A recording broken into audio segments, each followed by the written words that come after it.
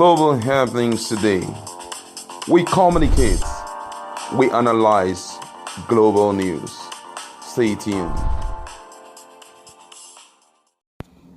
Hello guys, welcome to Global Happenings. Today we have an issue which we want to discuss right away, and it has to do with the poor and vulnerable list which was published yesterday. As we've already been told, we have 11 million poor and vulnerable Nigerians, and the federal government has said that whatever they have to share as palliative will go around these poor and vulnerable household.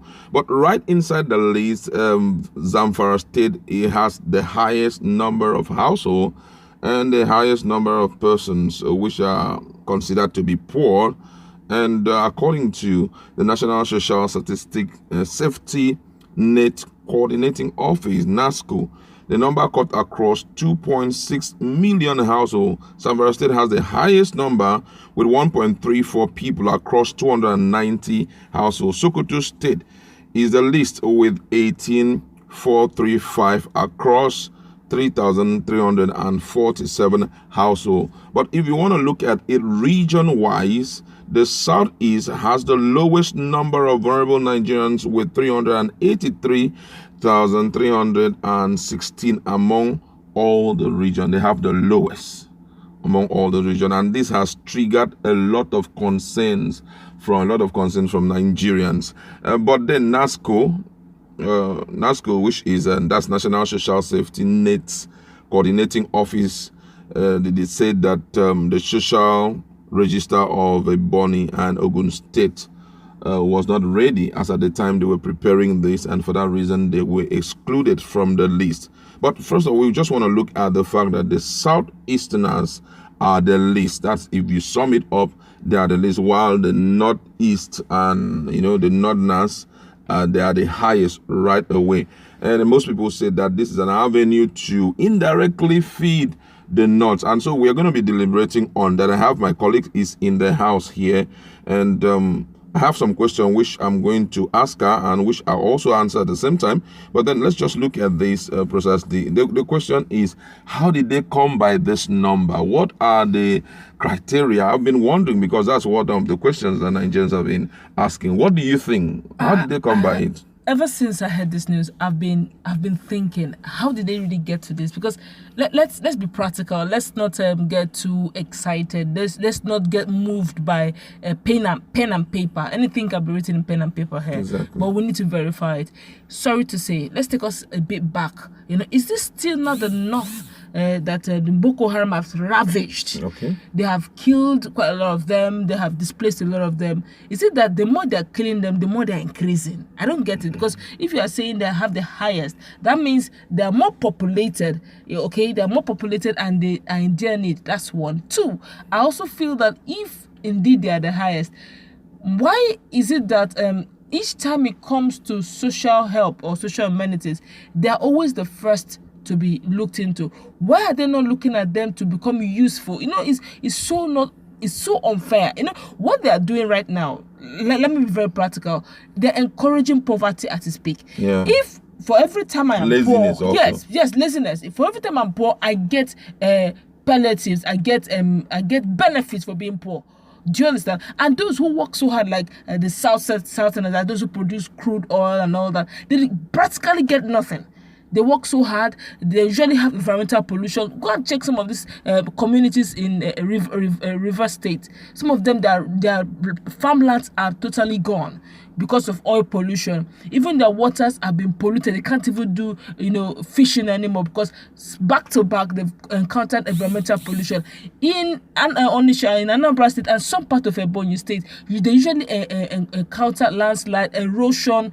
And these are environmental issues, but they still find a way around those their environmental issues, and they still find a way to become economically viable, economically important, not just to their state, even to Nigeria as a whole. But the North, they allow their Nigerians to become a problem, not just to them alone, but to the nation. And each time there's a benefit, it goes straight to them first. Yes.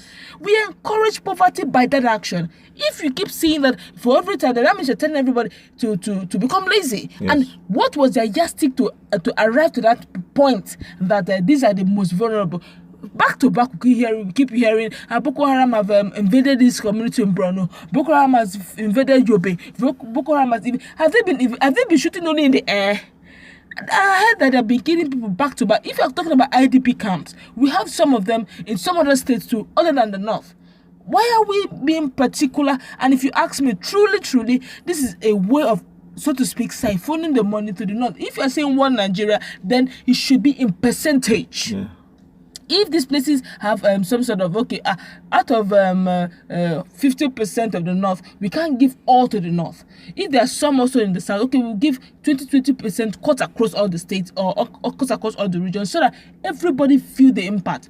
We are all one Nigeria, right? So not one region should have all the because they are the highest, they're the most vulnerable, therefore they should all take it. Then you are encouraging poverty, you're encouraging laziness. But if you want to make it fair and equal, it should be percentage. This north is taking 20%, southeast is taking 20%, southwest is taking 20%. That way, everybody is well represented. Yes, else, this is just government of the north, by the north, for the north. Okay. That's for me. All right. Thank you very much. I think this is a very serious issue. Professionally, if you look at how to get these numbers, I think there's some criteria that household economic strengthening personnel normally carry out, and that is one thing we've not noticed. Going house to house, getting to know what people are doing, because right now this thing has been published. If you go on the social media and get to hear what people are saying, it will surprise you. Some people that are in the southeast and those who are in Lagos are crying and saying, I hope my name is Dale, because nobody had ever come to me to ask me questions to know my economic status. Nobody has ever cared to come around. These guys cannot sit back, say we are meeting traditional rulers who will begin to pinpoint people who are poor. Absolutely wrong, And also thinking that when we are talking about the poor, it's only in the villages that they are staying. They are not staying in the cities and all of that. We have very poor households in the city. Some of them, they cannot, in a whole month, they don't make up to 5.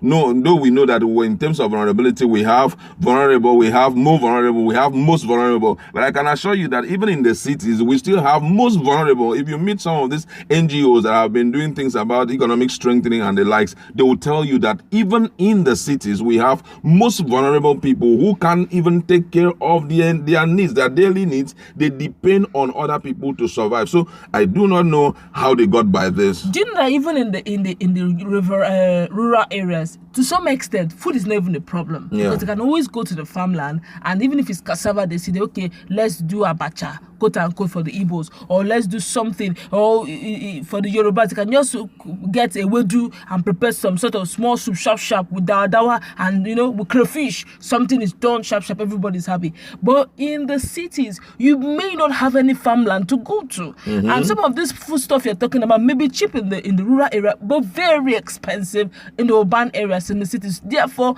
what 500 naira can make a decent meal in the rural area, it may take up to 1,500 to make that same decent meal for 5. Now, which means if you want to go by that statistics, you have gotten it all wrong. Because if you look at it properly, that family in the urban area is actually very vulnerable, and the one in the rural area, to some extent, can still feed. So I feel that they should have been more practical in their approach and not this pen and paper approach they have done, who doesn't jive, doesn't make sense. It's not practical at all. All right, thank you very much. And let me just read one or two comments from Nigerians. And so we just talk about this one. Say, look at the number of households from Zamfara, Kano, Katsina, and Kebbi. Then compare with Lagos. If this list isn't fake, then whoever is in charge should be made to explain how they come about this. This is highly provocative and unacceptable. There are poor people everywhere. Good.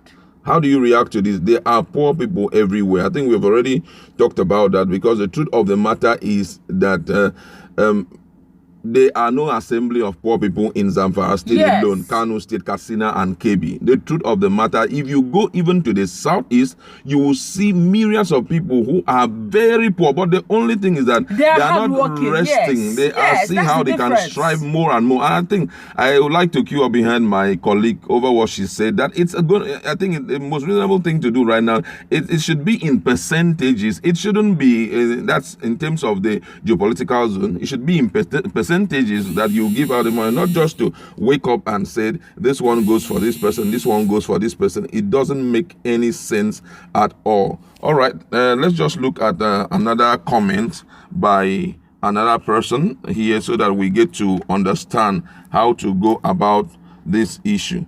All right, another person here says that Buhari is stylishly trying to feed members of his household using this skill. And I don't know what the person really means by that. All right, this one says here, I hope that the Southeasterners will also be privileged to have, if nobody, let it be me among. And another person said, I still think the best way to share the money is through BVN. The 20,000 should be given to anyone with less than 500 naira in their own account. A lot of responses from Nigeria. This one said, are we supposed to celebrate these? What do you notice in the figures? How did they arrive at these figures? When these phony people chunk out spurious data as these, they already have a game plan at hand. When and where we have issues with figures, we need to contest them vehemently before it's too late. Very soon, this doctored and unbalanced data becomes the national data and a basis and yardstick for a wealth sharing that will give so much to regions that bring nothing to the table at the expense of the region bringing so much. Once it is accepted, there is no going back on it till thy kingdom come. People of southern Nigeria, una better shine una eye.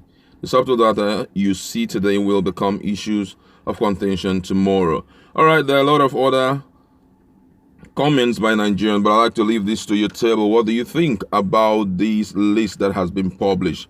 Do you think that it's a way of indirectly feeding the north with the wealth of the nation, or do you think it's quite a balanced one? Let's interact.